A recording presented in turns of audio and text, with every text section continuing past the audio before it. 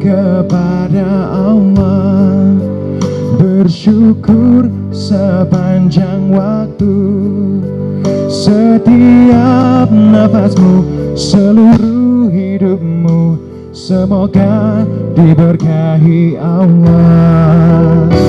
Alhamdulillah wa syukurillah, bersyukur padamu ya Allah. Kau jadikan kami saudara, indah dalam kebersamaan. Alhamdulillah wa syukurillah, bersyukur padamu ya Allah. Kau jadikan kami saudara, indah dalam persaudaraan, bersujud kepada Allah. Alhamdulillahirrabbilalamin. Assalamualaikum warahmatullahi wabarakatuh. Ya, selamat sore pemirsa Bandung TV yang dirahmati Allah, dan tentunya kembali kali ini bersama Ramadan on TV menuju jati diri Muslim sejati, yang tentunya ini adalah persembahan dari His Home Organizer dan Bandung TV yang setia didukung oleh Amanah Muslim dan Dompet Duafa. Alhamdulillah kali ini kita bersama di PTPN 8, sebuah tempat yang mudah-mudahan juga dirahmati oleh Allah Subhanahu wa taala. Amin ya. Dan perkenankan saya kali ini untuk memulai acaranya. Perkenalkan, nama saya adalah Rahmat Fajar. Insya Allah akan menjadi pembawa acara di sini di Ramadan on TV selama kita menunggu berbuka puasa. Ya, alhamdulillah pemirsa Bandung TV menuju jati diri Muslim sejati. Tentunya kita kali ini akan memperbincangkan seputar nuzulul Quran, profesionalisme dan Ramadan ya. Di PTPN 8 telah dihadiri oleh berbagai macam kalangan, ini dari masyarakat, kemudian juga dari karyawan PTPN 8. Boleh tepuk tangannya untuk PTPN 8. Alhamdulillah, dan di sebelah kanan saya telah ada Bapak Ustadz kita dan juga Bapak Direktur Utama dari PTPN 8. Ya, kali ini kami ingin memperkenalkan ada Ustadz Insinyur Bambang Pranggono MBA. Beliau dari Fakultas Teknik Universitas Islam Bandung atau Unisba. Assalamualaikum Pak Bambang. Kabar baik ya Pak Bambang ya? Alhamdulillah. Alhamdulillah. Seperti kita juga bisa lihat wajahnya Ustadz sangat cerah sekali. Menandakan ini ibadah saumnya lengkap Ustadz ya. Dan insyaallah, amin. Dan juga saya tidak hanya berdua dengan Ustadz Bambang, tapi juga bersama Bapak Insinyur Haji Abdul Khalik. Beliau sebagai Direktur Utama dari PTPN 8. Assalamualaikum warahmatullahi wabarakatuh Pak Abdul Khalik. Waalaikumsalam warahmatullahi wabarakatuh. Dan tentunya juga kita tidak usah tanya kabarnya, terlihat dari wajahnya yang sangat cerah ya, sangat baik sekali kabarnya. Dan juga pemirsa Bandung TV, kita nanti akan berbincang bersama Ustadz Bambang Pranggono dan Pak Abdul Khalik sebagai Direktur Utama, dan nanti juga ada sesi tanya jawab dari yang hadir di sini tentunya. Dan pastinya kita ingin mengetahui lebih lanjut tentang PT Perkebunan Nusantara 8 ini. Pak Abdul Khalik, boleh dijelaskan sedikit Pak bagaimana kinerja atau apa yang dilakukan oleh PTPN 8 ini Pak, dalam sektor apa? Silahkan. PT Perkebunan Nusantara 8 ini berada di wilayah Provinsi Jawa Barat dan wilayah Provinsi Banten, terdiri dari 41 unit kerja atau kebun dan 2 rumah sakit serta 1 industri hilir yang bergerak di komoditi teh. PT Perkebunan Nusantara 8 ini luas seluruhnya itu seluas 114.571 hektar. Budidaya yang dikelola yaitu budidaya teh, karet, dan sawit. Itu merupakan budidaya atau komoditi utama. Sedangkan yang penunjangnya yaitu budidaya kakao dan kina. Kakao dan kina sebagai budidaya yang dikelola ya. Yang dikelola. Dan tadi kita sudah berbincang di belakang Pak Abdul Khalik ya. Menampung sumber daya manusia yang sangat besar sekali. 70.000 karyawan, betul Pak? Betul. Iya. PT Perkebunan Nusantara 8 ini jumlah karyawannya sebanyak 70.000 yang menyebar di seluruh unit kerja. Jadi cukup banyak dan kami bekerja tuh di lapangan. Kadang-kala ada yang bekerja di dalam ruangan tertutup, dalam hal ini di pabrik. Ada pula yang kerja di lapangan, di perkebunan, sehingga keberadaan seluruh karyawan itu betul-betul alam yang dihadapi, yang berada di sekitarnya. Dan tentunya ini memerlukan treatment khusus ya Pak ya untuk mendorong kinerja dan produktivitas para karyawan yang berjumlah 70.000 itu. Betul. Betul ya. Baik, dan kita nanti akan berbicara lebih lanjut mengenai tema yang kita akan bahas, Nuzulul Quran, Profesionalisme dan Ramadan, bersama Ustadz Bambang Pranggono dan juga Bapak Abdul Khalik sebagai Dirut PTPN 8. Tentu saja di Ramadan on TV setelah pariwara berikut ini.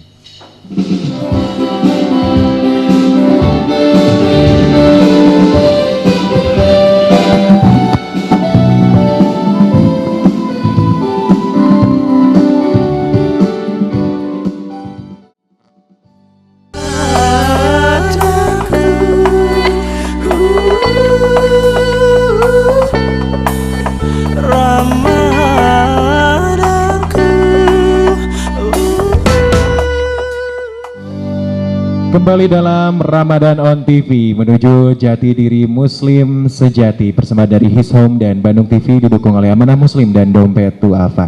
Kita langsung ke Ustadz Bambang Pranggono yang ada di sebelah kanan saya. Ustadz Bambang Pranggono, Nuzulul Quran ini adalah sebuah peringatan, sebuah momen yang sangat dinanti-nantikan ya oleh seluruh umat Muslim sedunia tentunya, dan kita selalu peringati setiap tahunnya di bulan Ramadan. Nah, bagaimana Ustadz? Bagaimana Ustadz bisa menjelaskan mengenai Nuzulul Quran ini? Silahkan. Betul, Saudara Fajar. Nuzulul Quran selalu diperingati dari Istana Negara sampai ke RT RW dan sekarang di PTPN 8 ini. Iya. Biasanya mengambil tanggal 17, ada yang 27, dan berkenaan dengan ayat Al-Quran yang kita hafal bunyinya surat Al-Qadar. Auzubillahi samil alim minasyaitonirrajim. Bismillahirrahmanirrahim. Inna anzalnahu fi lailatul qadar. Sesungguhnya diturunkan dia di malam Qadar. Dan malam Lailatul Qadar itu ada yang menghitung tanggal 27 atau 17 atau yang mencari pada tanggal-tanggal ganjil pada 10 hari terakhir. Iya, sehingga banyak orang yang ini ya mencari keberkahan di malam-malam ganjil tersebut Ustaz ya. Ya, bagaimana? Nah, dalam tafsir Jalalain, kitab tafsir Jalalain dijelaskan bahwa yang disebut diturunkan itu adalah minal lauhil mahfuz ilas sama'id dunya. Quran itu diturunkan jumlatan wahidah dalam sekaligus dari lauh mahfuz ke langit dunia. Kemudian dari langit dunia diturunkan satu ayat, beberapa ayat berturut-turut selama 22 tahun lebih. Selama 22 tahun. Jadi ternyata turunnya Al-Quran bukan hanya di hari tersebut Ustaz ya? Betul. Betul. Jadi yang kita peringati kadang-kadang hanya turunnya surat Al-Alaq, Iqra di Gua Hiro. Iya. Sebetulnya sesudah itu berturut-turut banyak. Jadi sebenarnya Al-Quran ini bisa diperingati setiap bulan turunnya, setiap hari-hari tertentu. Sepanjang tahun ini kita harus memperingati Nuzulul Quran. Oh begitu. Jadi setiap hari sepanjang tahun tentunya kita harus memperingati Nuzulul Quran. Bagaimana caranya Ustaz? Jadi kita pendalamannya begini.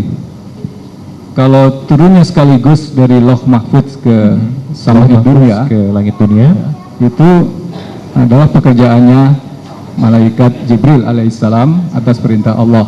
Kemudian diperintahkan lagi kepada Rasulullah SAW setiap ada pertanyaan atau setiap ada kaitan tertentu yang membutuhkan pedoman. Quran itu baru turun lagi. Iya. Nah, caranya kita memperingati setiap hari adalah kalau kita tadarus Quran seperti yang dilaksanakan di PTPN 8 ini, karena menurut Pak Dirut setiap hari ada yang tadarus.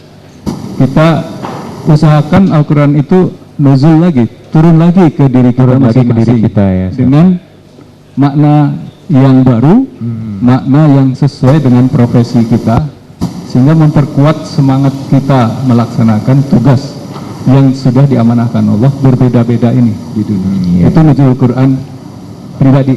Itu nuzul Al-Quran pribadi. Dan ini Ustadz kaitannya turunnya Al-Quran dengan produktivitas dan profesionalisme kita nih Ustadz. Bagaimana? Apakah ada hubungannya Ustadz? Ya, contohnya misalnya untuk PTPN 8, di mana tadi kita dengarkan yang digeluti perkebunan, ada perkebunan sawit, ada perkebunan teh, ada kimia juga, ada kokoa, ada karet. Itu semua adalah makhluk-makhluk Allah yang berwujud tumbuh-tumbuhan.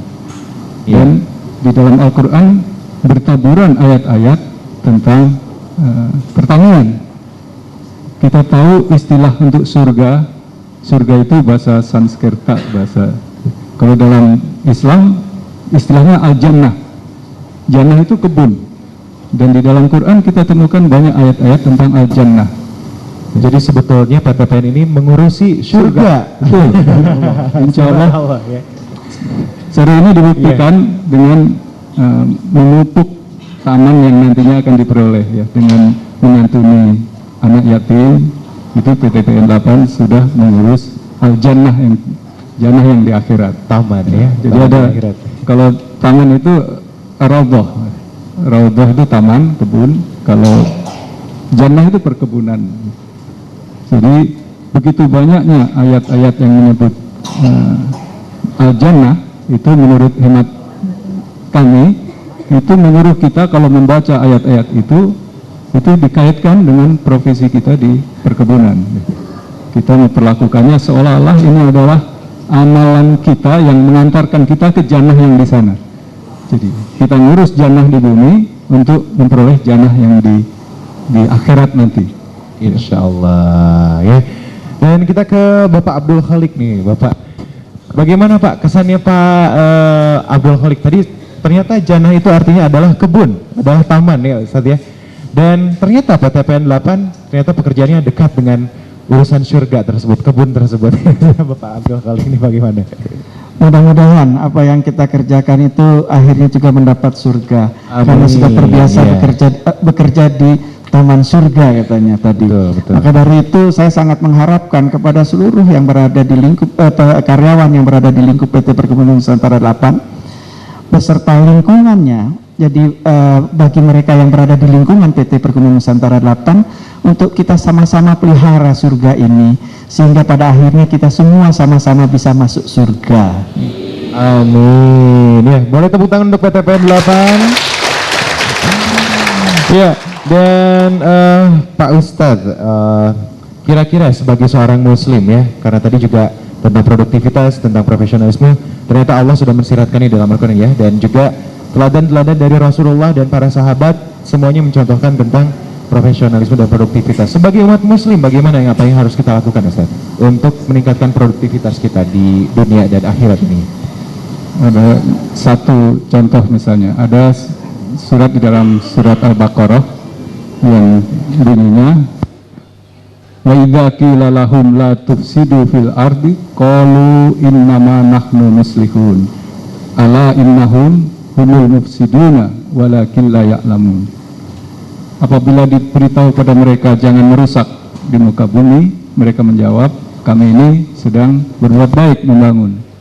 Ketahuilah bahwa mereka itu sungguh-sungguh merusak, tetapi mereka tidak sadar.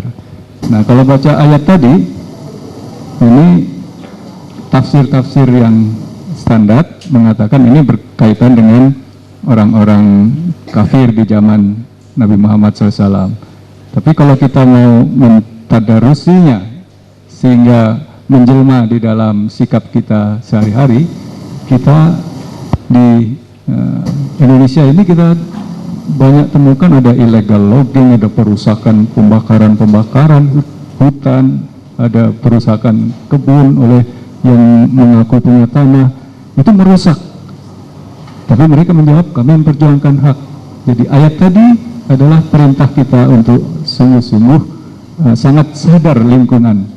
Lingkungan ini amanah Allah. Lingkungan ini al-jannah fil ard, kebun di bumi untuk bisa mengantarkan ke surga. Jadi tidak boleh dirusak ya, atas alasan apapun. Itu ya. Dan itu harus kita lakukan tiap hari Ustaz ya. Jangan merusak lingkungan. Bukannya ketika Ramadan ya. Jadi waktu tadarus Quran yang kita khatamkan 1 bulan ini, kita cari ayat-ayat yang menyentuh perilaku kita sehari-hari, lingkungan kita, teman kita, karyawan kita, sehingga Quran itu benar-benar berjalan ya, menjadi akhlak yang berjalan di dalam tubuh kita, tidak hanya buku yang ditaruh, yang dimusabakohkan, yang disimpan di rumah di atas ya. Itu cara kita tadarus yang lebih dalam gitu. Iya, Insya Allah iya. akan Quran menjelma di dalam perilaku kita. Dan kalau Al-Quran sudah menjelma di dalam perilaku kita, insya Allah perilaku yang kita akan hadirkan adalah perilaku yang terbaik Ustaz ya. Kita akan mencontoh Rasulullah SAW.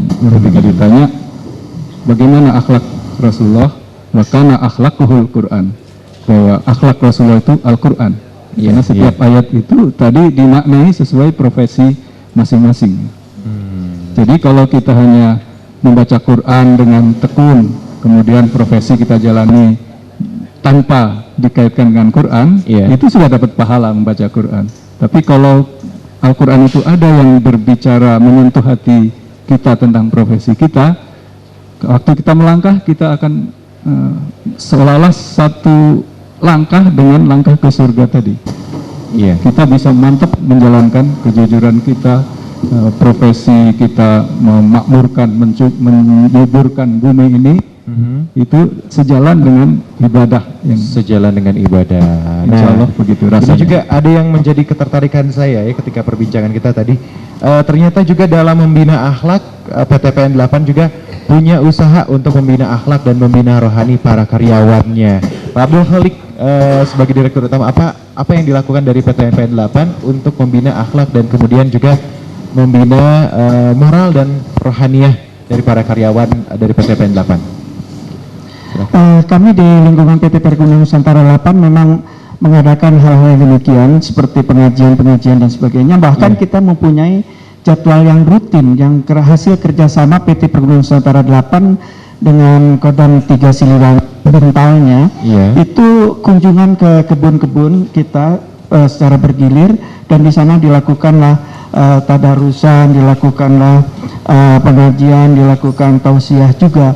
Dan itu merupakan kunci utama, saya menganggap bahwa ini merupakan kunci utama keberhasilan PTPN 8, dan itu harus saya pikir untuk dilaksanakan. Alhamdulillah. Dan insya Allah mudah-mudahan juga bisa dilaksanakan di luar Ramadan Pak ya. Itu tidak hanya di bulan Ramadan, tidak hanya di bulan Ramadan pun kita lakukan. Itu sudah merupakan rutin, bahkan di bulan Ramadan ini kita tingkatkan. Tadarusan itu hampir tiap hari bukan hampir, tiap hari dilakukan. Memang tiap hari dilakukan di PTPN 8. Iya. Dan apalagi Pak langkah-langkah dari PTPN 8 kalau tadi kan untuk membina akhlak dari para karyawan. Kira-kira apakah ada lagi kegiatan-kegiatan yang mencerminkan kepedulian sosial dari PTPN 8 kepada masyarakat? Kepedulian sosialnya seperti apa yang kita lakukan di sini, karena kami merasa bahwa keberadaan PTPN 8 hingga hari ini tetap eksis, dan alhamdulillah dari ke tahun ke tahun itu mendapatkan hasil atau mendapat laba yang meningkat.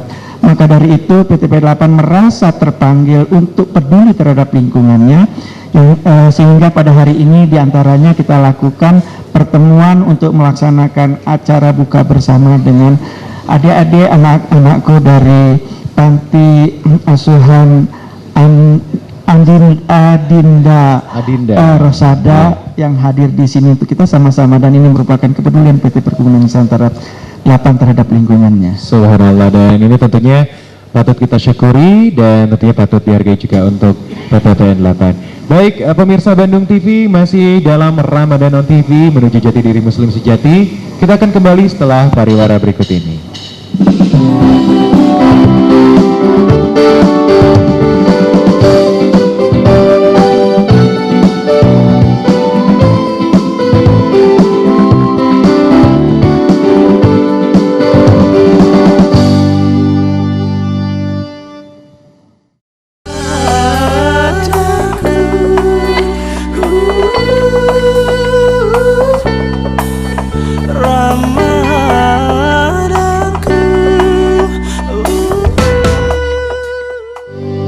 Ramadan on TV menuju jati diri Muslim sejati.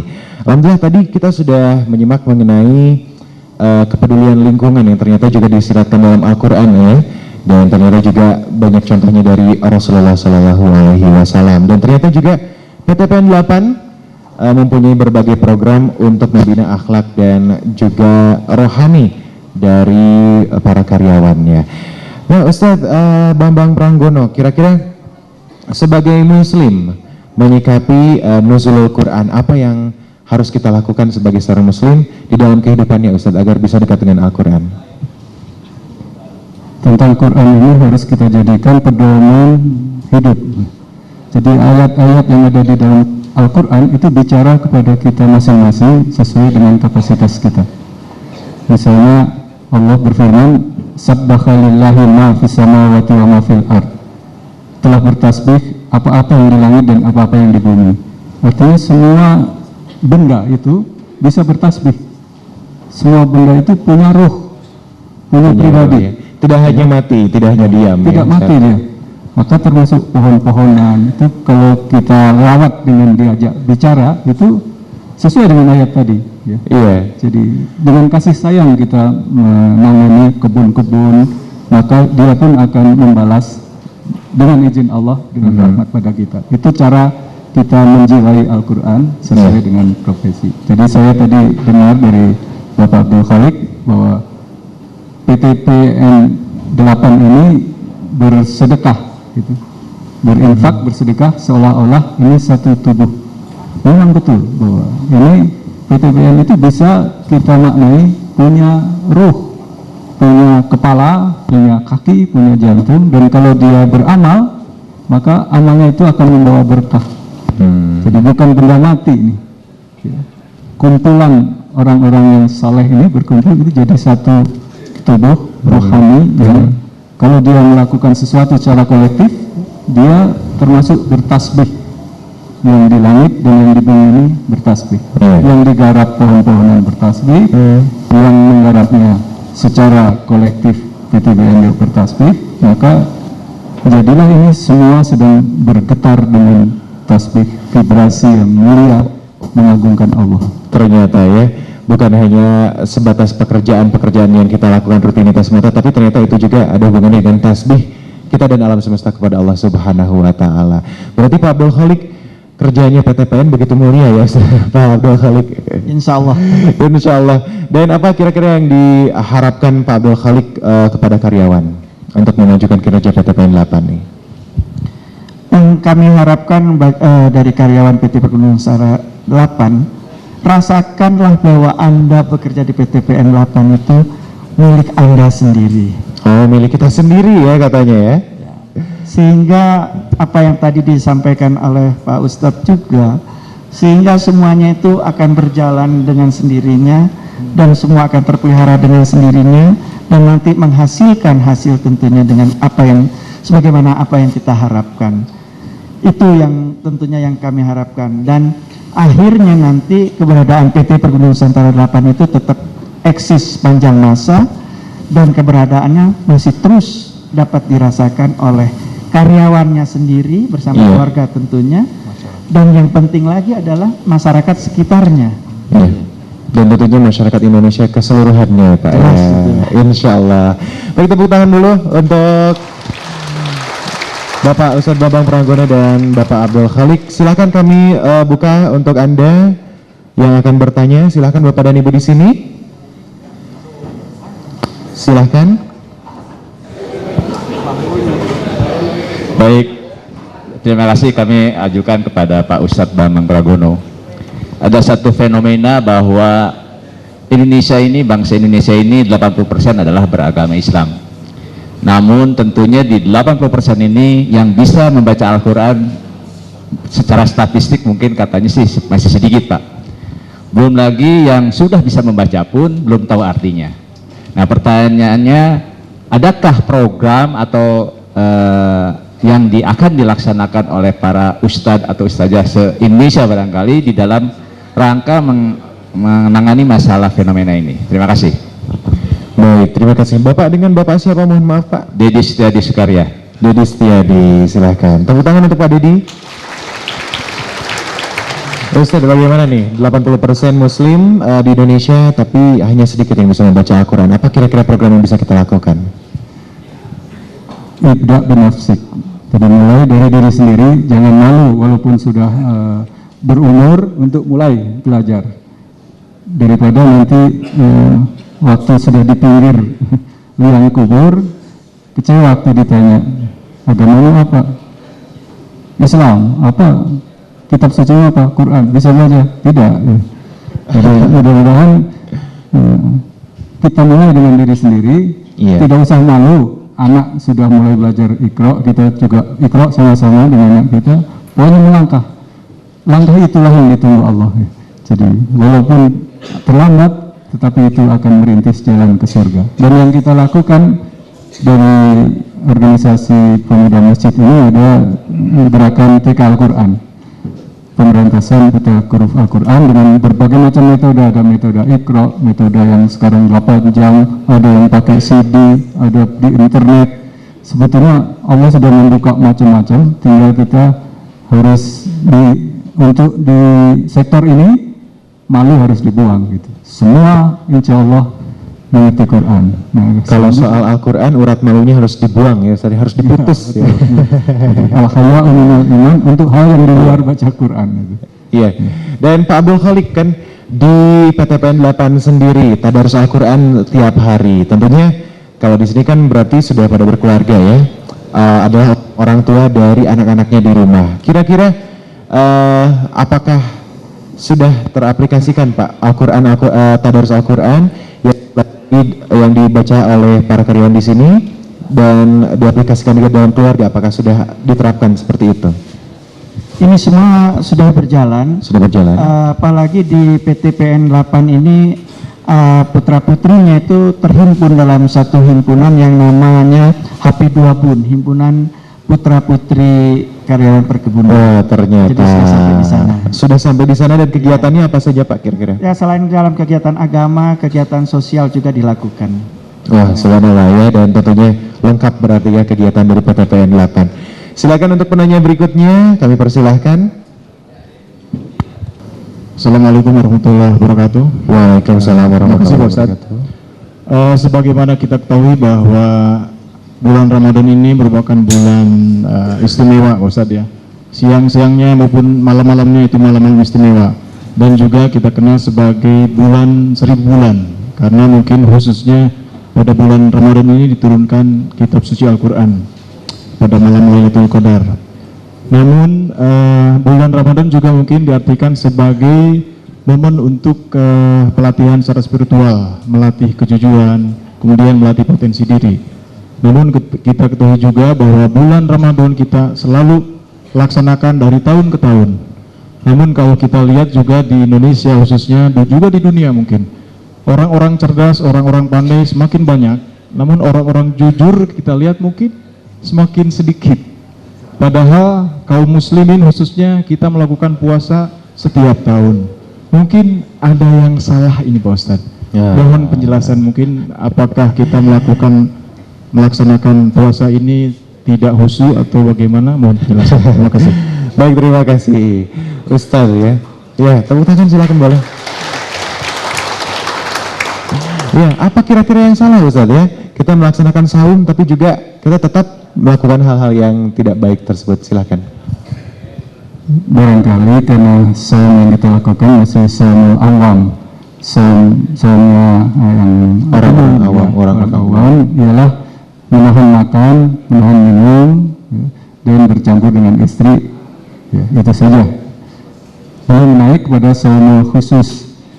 Puasa khusus adalah selain tidak makan, tidak minum siang hari, tidak bercampur istri, juga menahan diri dari semua yang makruh, yang syubhat, yang dibenci Allah, semua perbuatan-perbuatan maksam, perbuatan buruk di stop.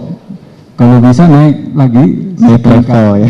Saumul khusus yang lebih puasa yang tingkat tinggi, tingkat 3 adalah puasa di mana tidak memikirkan selain Allah. Waduh, Kalau bisa sampai ke sana, walaupun hanya sebentar gitu, barang sehari, mudah-mudahan dari tahun ke tahun ada sedikit yang tadinya korupsinya 3 miliar jadi turun jadi 1 miliar. Tadinya terima 500 juta, sekarang ya, Pokoknya harus sampai titik nol dan mengembalikan semua yang pernah diambil Ustaz pokoknya ya. meningkatlah pelan-pelan gitu. Allah juga tahu lah pejabat kita. Iya, baik. Insya Allah. Dan pemirsa Bandung TV, Ramadhana TV, insya Allah masih akan melanjutkan perbincangan kita bersama Bapak Ustadz Bambang Pranggono dan Direktur Utama PTPN 8 yaitu Bapak Abdul Khalik setelah yang berikut ini tentunya.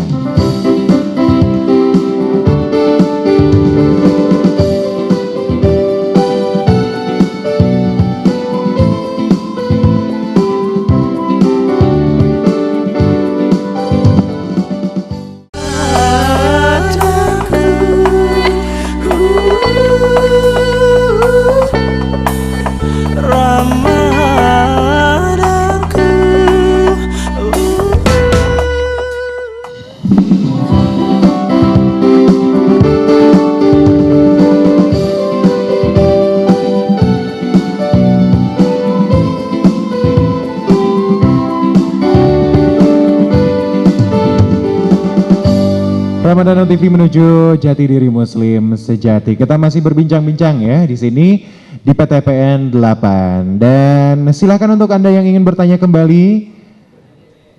Iya, silakan dari mana? Ya, silakan Pak. Assalamualaikum warahmatullahi wabarakatuh. Waalaikumsalam warahmatullahi wabarakatuh. Ada satu hal yang ingin saya tanyakan. Nama Dede Kusdiman. Ada satu hal yang ingin saya tanyakan kepada Bapak Ustadz dalam kaitannya dengan tata cara membaca Al-Quran, Pak.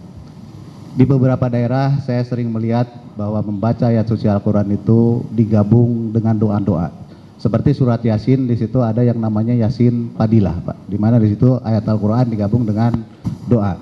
Nah, yang ingin saya tanyakan, itu bagaimana hukumnya? Apakah diperbolehkan atau tidak? Terima kasih.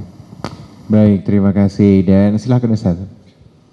Ini tentang fatwa ya. Kemudian kita bisa tanya lebih detail kepada Komisi Fatwa. Tapi saya menjawabnya secara pribadi. Yasin Fadilah itu konon di beberapa ayat tuh diulang-ulang. Jadi selain diselipin doa lain juga ada yang diulang-ulang.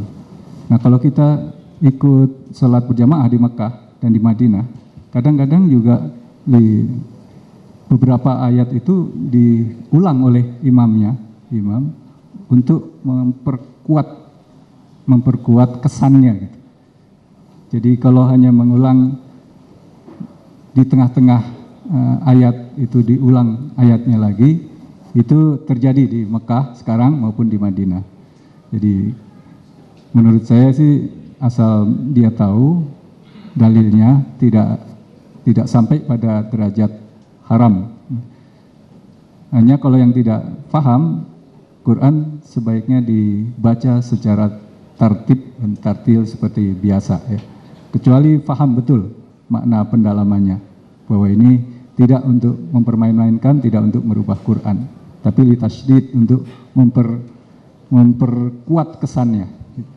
Itu ada yang berpendapat begitu. Jadi iya. Dan kembali ke Ustadz Bambang Pranggono, saya ingin mengetahui Ustadz, kan kita di Indonesia ini adalah masyarakat yang bukan berbahasa Arab Ustadz ya. Tapi kemudian kita harus menjadikan Al-Quran itu sebagai pedoman hidup kita. Bagaimana kita bisa menjadikan pedoman hidup kalau kita tidak mengerti bahasa Al-Quran sendiri Ustadz? Bagaimana? ya, jawabannya adalah ya pelan-pelan setelah bisa baca Quran, kita mesti tidak boleh puas merasa qanaah bil jahli, merasa cukup dengan ketidaktahuan kita tentang bahasa Arab. Jadi kalau qanaah itu cukup untuk hal dunia saja ya Ustadz ya. Kalau untuk Al-Quran jangan merasa puas. Jangan merasa puas, baca terus. Iya. Tapi tidak jadi jaminan mereka yang mengerti bahasa Arab itu lebih soleh.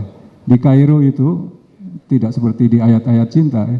Itu di dekat Al-Azhar sudah ada yang tari perut, dimulainya bahasa Arab. Nightclub tulisannya pakai huruf Arab juga. Sehingga huruf Arab, bahasa Arab tidak otomatis menjamin seorang lebih soleh dari yang lain. Jadi bangsa kita insya Allah tetap walaupun sebagian besar belum bisa bahasa Arab, kalau dia taat menjalankan puasa dengan baik, Iya. ibadah dengan baik, mungkin bisa lebih tinggi tingkatnya dibanding orang yang paham bahasa Arab yang maksiat di Kairo, di Damaskus, di tempat lain. Begitu. Jadi bagaimana kira-kira kiat-kiat yang harus kita lakukan Ustaz untuk lebih mendekatkan Al-Quran dan menjadikan pedoman hidup kita? Pertama kali kita harus betul-betul menyerahkan diri kepada Allah dan Rasul-Nya. Nantinya akan muncul rasa, jadi begini ya, Quran itu buku ajaib dari Allah ya. Jadi ini bukan sekedar kitab biasa yang dicetak di Al-Ma'arif, ada ruhnya di situ. Kalau kita ingin petunjuk tentang sesuatu, kita istikharah, minta pada Allah, betul-betul minta petunjuk, dibuka akan dapat itu. Bukan lotre, ini akan dibimbing jari kita menunjuk ayat yang berkenaan dengan problem kita. Iya. Itu bisa empiris dicoba. Itu kabarnya dulu juga ketika Presiden Soekarno akan dulu dihukum mati, beliau itu membuka Al-Quran sekenanya saja dengan minta petunjuk pada Allah, dan ternyata ayat Al-Quran yang dibacanya itu bisa menenangkan hatinya Ustaz ya. Itu bisa terjadi pada kita Ustaz? Semua terjadi. Quran itu obat buat kita semuanya. Wa nunazzilu minal Qur'ani ma huwa syifaa'u wa rahmatun lil mu'minin. Quran itu diturunkan untuk obat segala problem. Tapi kita yakin dulu kepada dokter yang memberi obat. Jadi insya Allah akan mengobati kita, memberi petunjuk kita. Tidak usah ahli bahasa Arab saja. Ya. Quran itu turun untuk seluruh manusia. Biar tidak tahu baca terjemahannya, bisa itu sesuatu mendapat petunjuk. Insya Allah begitu. Tadi sudah menyerahkan diri kita kepada Allah. Kemudian apa lagi Ustaz? Ya langkah-langkahnya mungkin berhenti maksiat dulu ya. Kalau buka, harus berhenti maksiat ya untuk menjadikan pedoman hidup Al-Quran. Seperti Nabi Yusuf, kenapa Nabi Yusuf itu bisa mentakwil mimpi? Karena dia mau menolak ketika diajak berselingkuh oleh istri majikannya. Jadi orang yang mau menahan ketika terbuka peluang, Allah memberikan satu burhan ilmu yang tidak dimiliki orang lain, dia bisa mendapat pendalaman batin untuk pedoman seluruh hidupnya akan dibimbing Allah. Iya, juga berhubungan nih Ustaz dengan Al-Quran, kan banyak sekali tafsir, banyak sekali terjemahan, tapi kadang-kadang ada tafsir yang cukup berbeda satu dengan yang lainnya. Kira-kira kita sebagai umat muslim harus memilih yang benar yang mana Ustaz mengenai tafsir-tafsir Al-Quran tersebut? Betul, sekarang selain kitab-kitab berbentuk cetakan, ada kitab Syamilah dalam bentuk CD yang isinya 15.000 kitab, yang tafsirnya juga beribu-ribu, pengarangnya tentu beda-beda semuanya. Nah, kita tidak bisa bertaklid atau salah satu mana yang benar. Ya kita harus tanya pada Allah, cari hubungan pada Allah langsung, cari hotline, kontak langsung pada Allah, biar Allah yang bicara. Jadi nanti Quran itu turun pada diri kita masing-masing. Nuzulul Quran akan turun setiap saat kepada kita ketika kita minta problem kita kepada Allah. Minta solusi dari problem kita kepada Allah. Minta ketenangan dari Allah. Kadang-kadang jawabannya tidak menyenangkan kita, tapi kita harus yakin itu dari Allah. Baik, kita kembali ke penanya berikutnya yang sudah ada di sini, silahkan.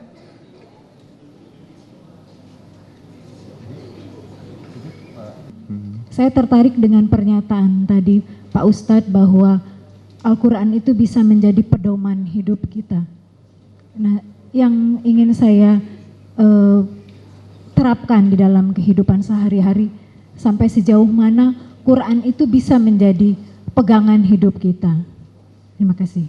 Iya, baik. Silahkan Ustaz. Quran ini diturunkan untuk seluruh manusia sebetulnya.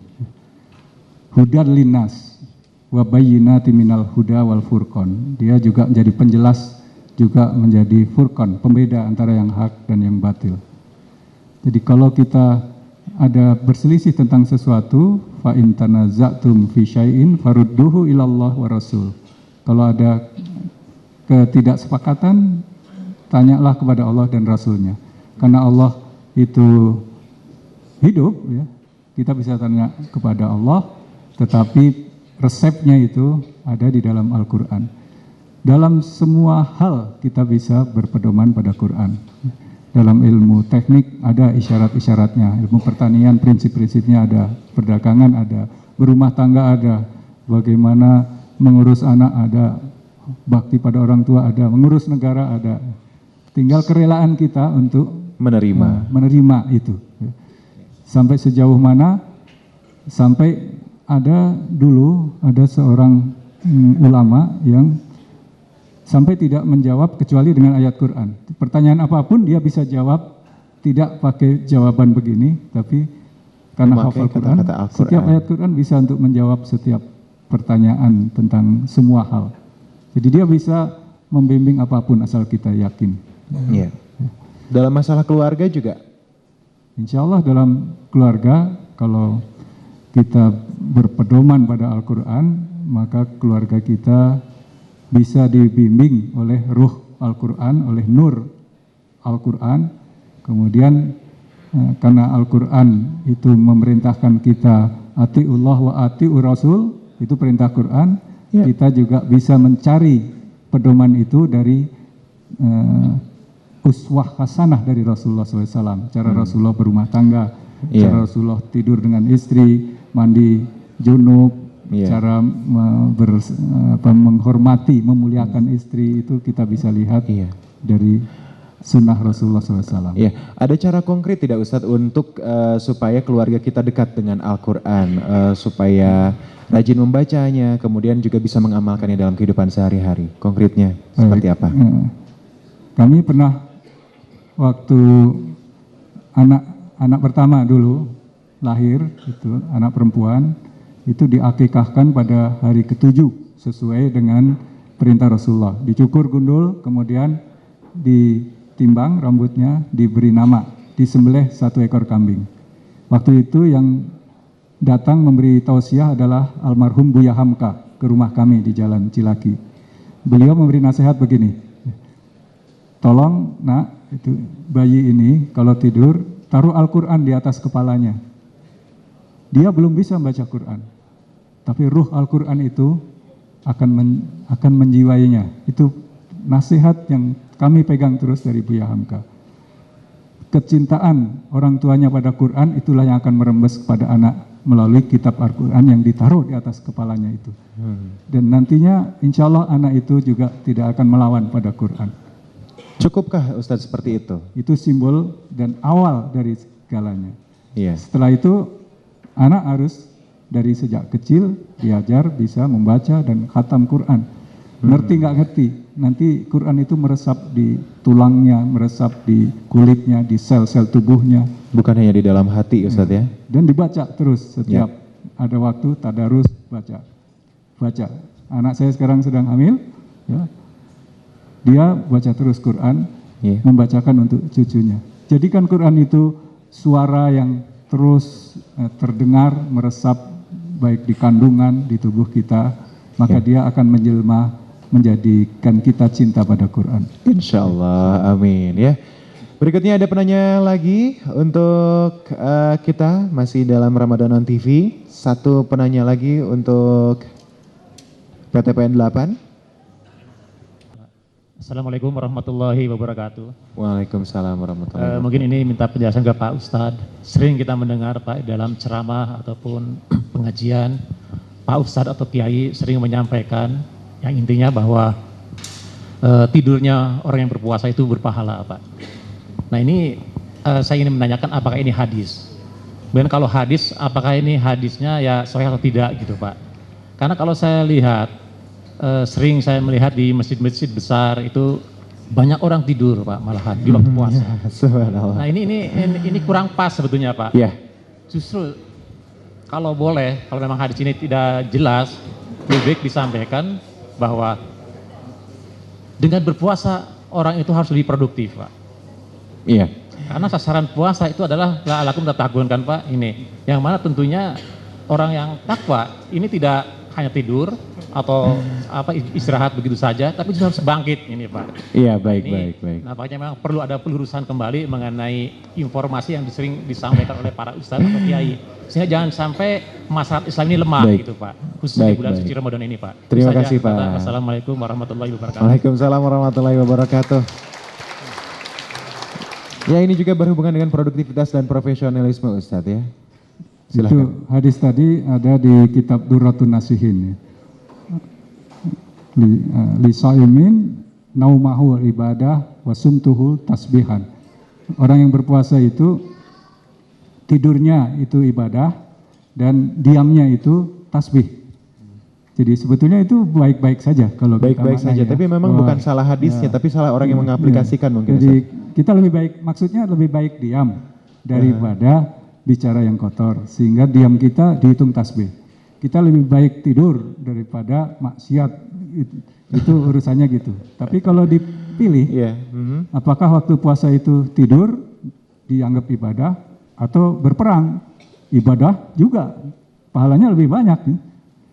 Jadi berusaha keras, bekerja keras, belajar, ya, itu sama-sama ibadah yang nilainya jauh lebih besar daripada tidur. Jadi Islam itu memberi spektrum pilihan yang bijak sekali. Iya. Kalau mau minimalis, ya tidur saja. Ya. Iya, Tapi iya. nantinya puasa kita tidak bisa menebus dosa-dosa kita yang jauh banyak sebelumnya. Kalau kita merasa dosanya banyak, masih tidur saja puasa, nggak ketebus itu nanti. Jadi harus pilih yang lebih tinggi. Harus pilih yang lebih tinggi pilih dan yang tentunya maksimal. ya, lebih beramal lagi, lebih berpahala lagi Ustadz. Rasulullah perang Ya, di baik, bulan baik. puasa, tidak tidur. Insya Tapi Allah. yang tidur juga tidak disalahkan gitu. Baik, dan alhamdulillah itulah perbincangan kita dalam Ramadan on TV. Bapak Abdul Khalik, kira-kira apa yang ingin Bapak sampaikan Pak kepada pemirsa Bandung TV Pak? Yang ingin saya sampaikan kepada seluruh pemirsa Bandung TV bahwa di Bandung ini atau di Jawa Barat ini ada PT Perkebunan Nusantara 8 yang Pastinya. bergerak di bidang perkebunan dengan komoditinya teh, karet, dan sawit. Dan untuk itu saya ucapkan salam hormat saya kepada seluruh dan titip kebun PT Perkebunan Nusantara 8 yang berada di Jabar dan Banten ini, serta sebagai akhirnya saya ucapkan selamat berbuka puasa. Alhamdulillah.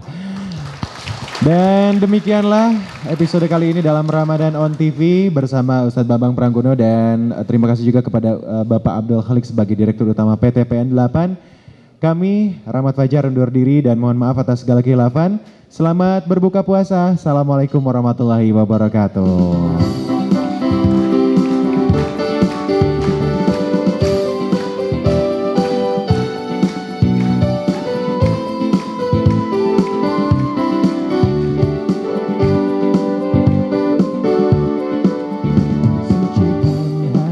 Bersihkan jiwa dari jelaga dunia, leraikan benci, kuburkan rasa amarah menggema, karena ramadanku